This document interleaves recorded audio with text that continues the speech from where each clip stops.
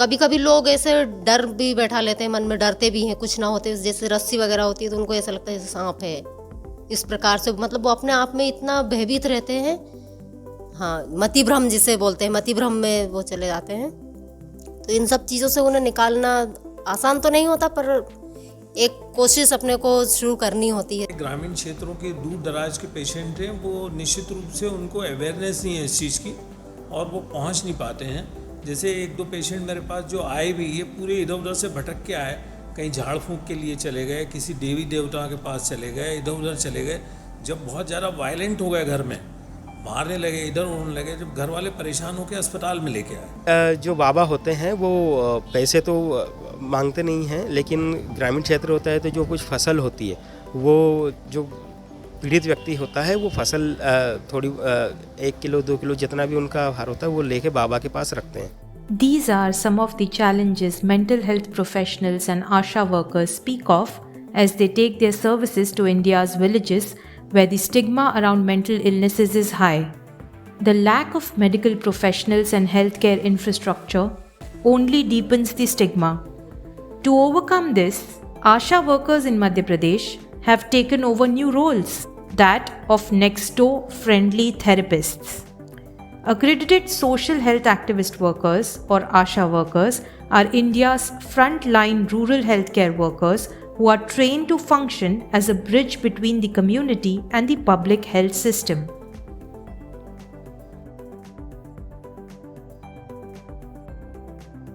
The Madhya Pradesh government has tied up with Sangat, a non-profit organization, to train ASHA workers to become the first point of contact for people in mental distress.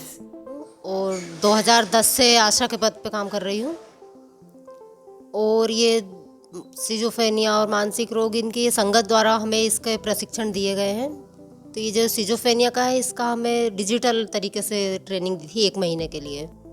Over the last 2 years, 462 trained ASHAs have screened 18,000 people for depression, enrolled up to 2,200 patients for counseling, and delivered over 13,000 sessions of therapy, mainly across 3 districts: Raisen, Vidisha, and Narmadapuram.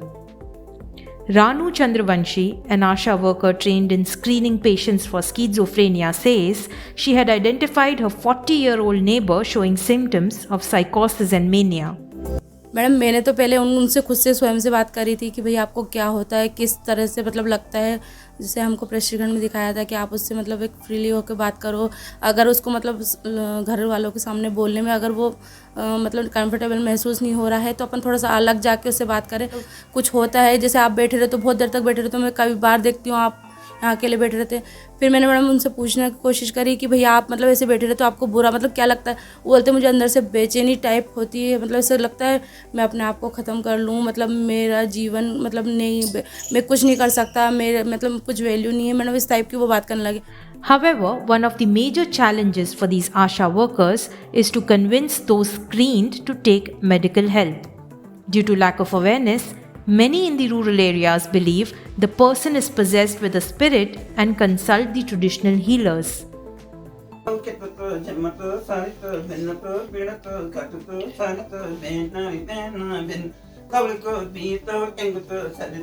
दिन भर तो अच्छा काम करेगा और रात के time तो उनका तबीयत इतनी ख़राब हो जाए कि बस हम परेशानी हो जाए। ऐसा हो जाती है कि सोने में बस उनको ध्यान नहीं रहता कि मैं कैसा होगा है कि क्या है, बस झटका मारते रहते हैं और ऐसा हो जाता है पागल जैसा घूमना फिरना, इधर से इधर जाना आना। हाँ, बाबा को भी दिखाए थे हमने, तो वहाँ से बंदन अंदन भभूति अभूति दी। हाँ, बस ऐसे ही बोला कि बोलो हो जाएगा ठीक। अब गरीब घर हैं तो अब हम पास में पैसे भी नहीं रहते हैं, तो हम तो बस छोटे मोटे डॉक्टर को बता लेते हैं और बस बंद भभूत करवाते बस। जो यहाँ का लोकल सिस्टम है वो जो झाड़ फूक वाले बाबा हैं उन पे ज़्यादा ध्यान देते हैं, उन पे ज़्यादा विश्वास करते हैं। जो बाबा होते हैं वो पैसे तो मांगते नहीं हैं, लेकिन ग्रामीण क्षेत्र होता है तो जो कुछ फसल होती है वो जो पीड़ित व्यक्ति होता है वो फसल थोड़ी 1 किलो 2 किलो जितना भी उनका आहार होता है वो लेके बाबा के पास रखते हैं। फिर जैसे मान लीजिए कि दिन भर में 20 या 30 लोग आ गए तो वो 30 किलो 40 किलो अनाज बाबा के पास इकट्ठा हो जाता है। तो ये बाबा का उससे एक तो रोज़गार बाबा का हो जाता है, दूसरा उसकी इनकम भी हो जाती है। कुछ नारियल्स होते हैं, कुछ पैसे की चढ़ोतरी होती है, तो इस तरह से जो है बाबा उनको भ्रम में रखते हुए अपने इनकम के स्रोत बढ़ाते रहते हैं। मामा तेरा कैसा शासन अभी करो अर्जेंट करो हमको परमानेंट करो अभी करो अर्जेंट करो हमको परमानेंट करो नहीं डरेंगे हुड़की से करवा देंगे कुर्सी से। Asha workers across Madhya Pradesh were on strike over the past couple of months demanding a hike in their wages. At 2,000 rupees a month, their pay is lower than that of a daily wage labourer. They've recently ended their 2-month-long protest after being given a verbal assurance by the state government that their incentives will be increased.